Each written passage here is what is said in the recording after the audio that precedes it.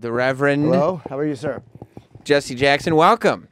Good to be with you this morning. How are you? Good. Now, I've seen you. I met you yesterday, very, very briefly, and nobody knew that you were coming to the building. So you're in here at Sirius 2 days in a row. So are you promoting something? Promoting Mark Thompson. Are you Mark Not bad, Thompson? Mark. Oh, okay. You're just promoting this man. That's very nice of you. Mark comes on Sirius XM. So what brings you to Sirius? Well, we're communicating the current political climate, which is horrendous in so many ways. Are you pro or anti-Trump? That's a great question, Jim. That's really. I'm pro-justice, Oh, pro-fairness, pro-inclusion. That speaks for itself. Is there anything? And I asked. We interviewed Trump once. And I asked him if there was anything about Obama he liked. Was there anything about that you think that Trump has done well? Me lying in art form. You know, it is striking to me that he has dumbed down our expectations. But quite apart from his maneuvering as he does, when you have Chicago Citizens United, where the rich can invest as much as they want in a given district, then you have gerrymandering upheld, which means you can draw lines. So in Virginia, they won about 200,000 votes, and yet lost on the flip of the coin. Okay. So that's not WikiLeaks, that's Tricky Leaks. I see. What do you think is the way to combat what's going on with Trump? Because we've watched people recently kind of try to take some of that toxicity, right, that he's brought in and try to hit him back with the same energy. And it's like we're just in this sort of circle of everybody doing what everybody says that they don't want to be doing, and it's not working. The most fundamental thing one can do is vote in great numbers with passion November the 6th. I see. Part of what makes America great is the right to fight for the right. I would urge us not to go down where he is. When Eagles get in the fight with snakes, it's always the Eagles' fault. He shouldn't be down there in the first place. What was it about Trump that he did that made you go like, I see you, I know what you're doing, this is not right? Well, he made the move on Barack's birthplace, since Barack was not an American. I had known Trump some years before as a boxing fan. He was a fairly decent guy. Mm-hmm. But then when the Central Park Five, these kids were accused of raping a woman, which they did not do, and he said they should be executed. And then when they were set free, he said they should still be executed. That was a sign. Yeah, that was probably not the best thing that he's done. That No, was not the greatest. That was probably not the best stance that those guys. That was a thing. And then, of course, say Barack was not an American. Right. To discredit him in that way. And I could tell the response of those who did not vote for him, us putting out the king, our civil rights, they went along with that. Then Charlottesville, when he equated the civil rights marches with the Nazis and the KKK in Charlottesville. And so it just kind of keeps on going. Does it shock you? Like, what do you attribute the support that he gets to? Does it shock you the amount of support that Trump has based on what you see? In many ways, the Civil War is not over. After all, the Jefferson Davis South, the Confederate South, never gave up on denying public accommodation, never stopped giving up on denying the right to vote. He tapped into their fears. And the irony is that those in the South who are now so anti-civil rights have been the biggest beneficiaries. You couldn't have the Carolina Panthers and the Atlanta Falcons behind the cotton curtain. You couldn't have the Dallas Cowboys behind the cotton curtain. You couldn't have South Carolina as the #1 state producing tires behind the cotton curtain. The whole New South economic reconstruction is because civil rights movement had to bring down barriers. And yet when Georgia and Alabama played the big football game, January the 1st, you couldn't have had that behind in the Old South because we couldn't have sat nor played nor worked together. And so they have kind of blue economics and red politics. It's strange. Blue economics, they accept the economic growth, and red politics. And you marched in the South a lot. How did you meet Martin Luther King Jr.? When I grew up in Greenville, South Carolina, I was arrested in 1960 trying to use a public library. We were in the wave of civil rights resistance to radical racial segregation. His voice emerged as a minister who had a rationale for why Jim Crow had to end. After all, between 1880 and 1950, 5,000 blacks were lynched, without one indictment. We were driven north as refugees, driven out the South, where we majority of the populations in South Carolina and Alabama and Arkansas and Mississippi. It was an horrendous place to live in so many ways. And so Dr. King's voice took on new meaning for us as a minister who could articulate the case. I remember coming to Atlanta to speak at Morehouse College, and as I was coming to the airport, he was coming on the way to get his Nobel Peace Prize. Wow, that was a big deal. And he spoke to me, called my name. I'd been in jail in Greensboro, North Carolina, trying to use public accommodations, and he recognized me from having to lead that protest. So he had this acute mind. I think with many people, they reduce that I have a dream part. Dr. King finished high school at 15. He finished college at 19. He finished seminary at 22 and got a PhD at 26. He's an extremely bright guy. He was finishing ahead of time. Yeah, I finished high school at 17, but for different reasons. Right. You just didn't go back. No, I just left. Right. Yeah, but he didn't wear it as a badge of arrogance, but rather just as using his time well. And did you know Malcolm X at all? Did not know Malcolm. I came to meet him one time when Malcolm was out of the city. I met him basically through the book When the Word is Given by Louis Lomax as a disciplined guy.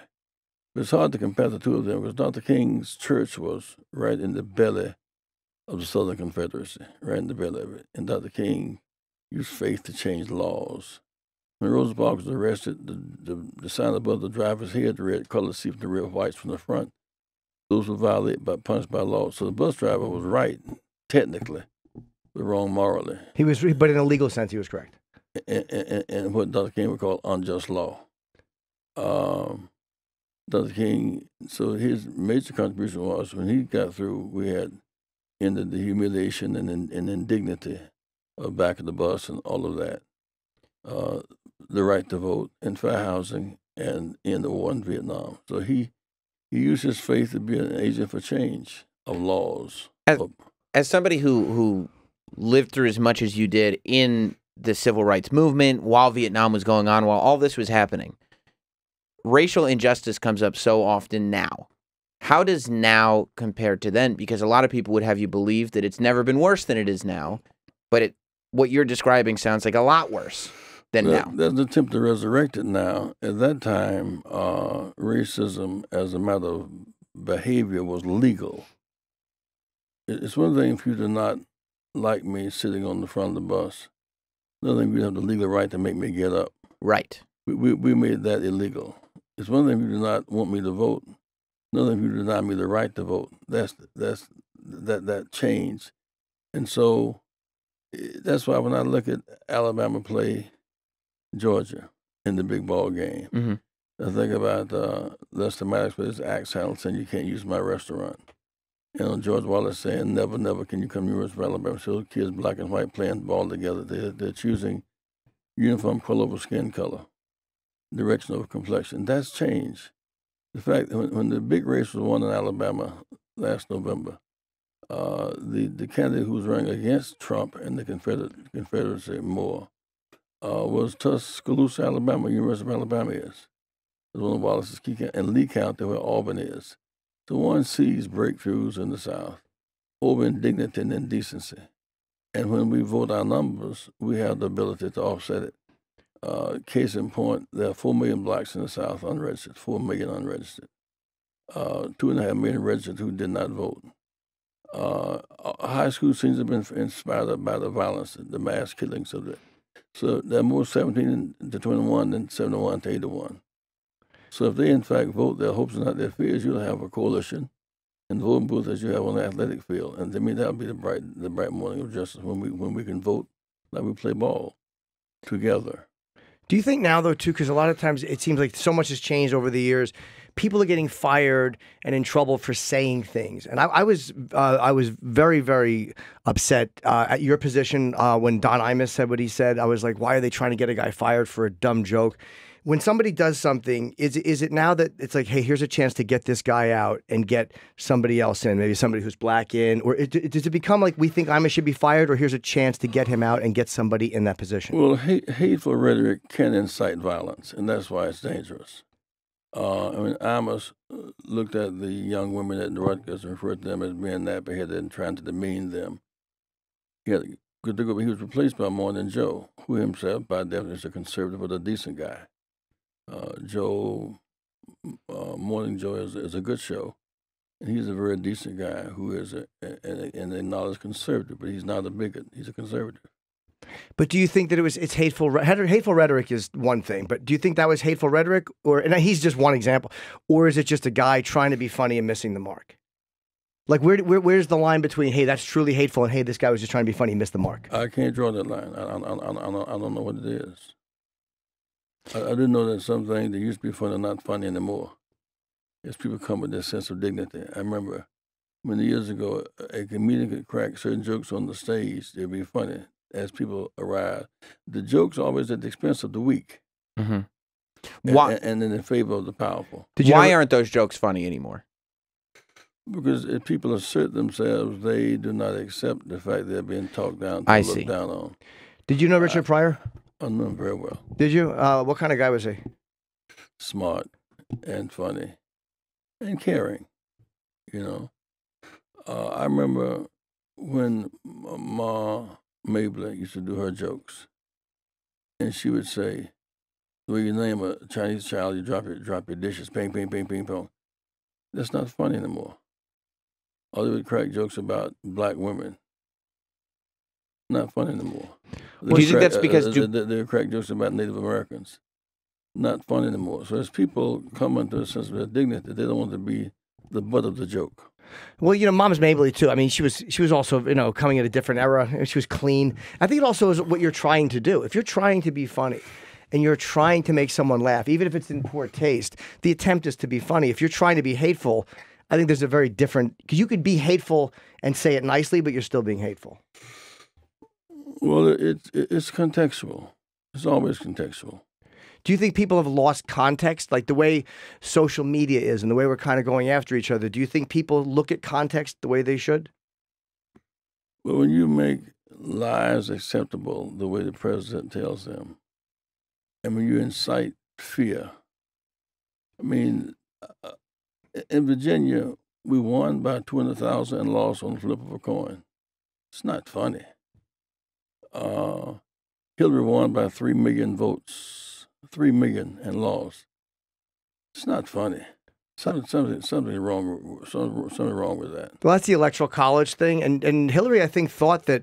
I mean, she's more familiar with it than anybody. She is, and she was saying, Hillary did say, "Hey, look, the results have to be respected." I think she was worried that she would lose the popular vote and win the electoral, and well, just the opposite happened. If you look up Trump on Google, he will say he thinks that the Electoral College, he thinks was rigged. Yeah, he did say that before. Before he did. Well, that was the funny part, is they both said the opposite. And he benefited from it. And so really what you have with Gore won. Gore and Bush in this dead heat contest. It came down to a state's right as opposed to universal right to vote. And Bush went by 5-3 before they stopped the count. But they're not counted 27,000 votes in Duval County. So the loser won and the winner lost. And Hillary, the winner, lost and the loser won. So that is a crack in our system that must end. What do you think is... If you actually have a one-person, one-vote democracy, then everybody's vote counts. Look, I'm all for getting rid of the Electoral College. But we all just kind of have to agree that that's what we're doing, yeah, right? But then they're worried California and New York will have too much of a say over smaller states. But I'm all for getting rid of it. Well, you shouldn't be punished because you choose to live in California rather than Arkansas. Yeah. That has to do with Confederate law, how you counted people who were enslaved, the 3/5 human business. And so it's not a matter of just numbers, it's a matter of the context, which was slavery. What do you attribute the division that's going on right now in people to? I mean, I feel like, you know, you look out and the opinions that people have are as sort of divisive and combative as I remember them being. Well, they are. Much of it has to do with President Trump. I mean, when the leader has the power to set a climate of decency and dignity or barbarity, he sets a climate.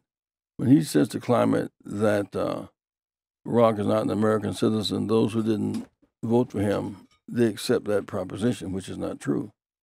When he sets the climate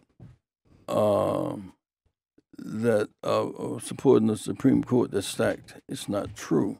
It should not be so.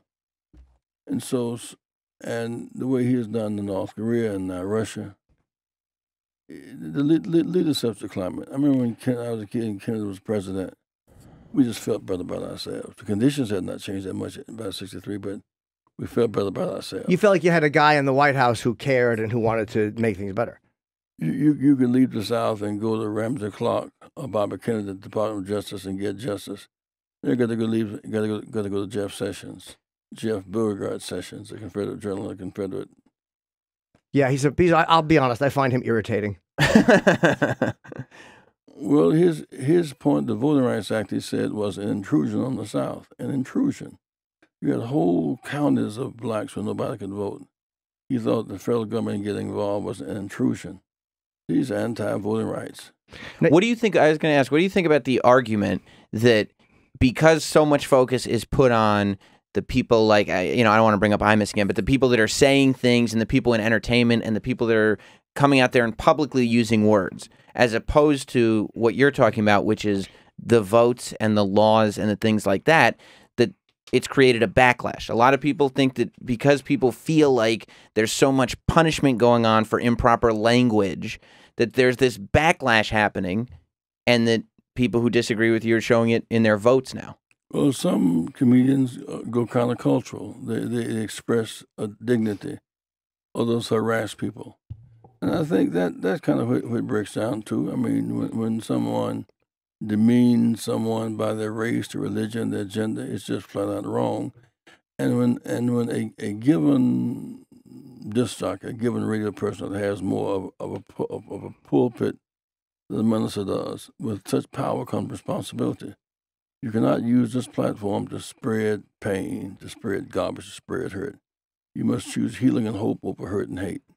Those are choices you have to make. And if you don't do it, people have a right to fight back.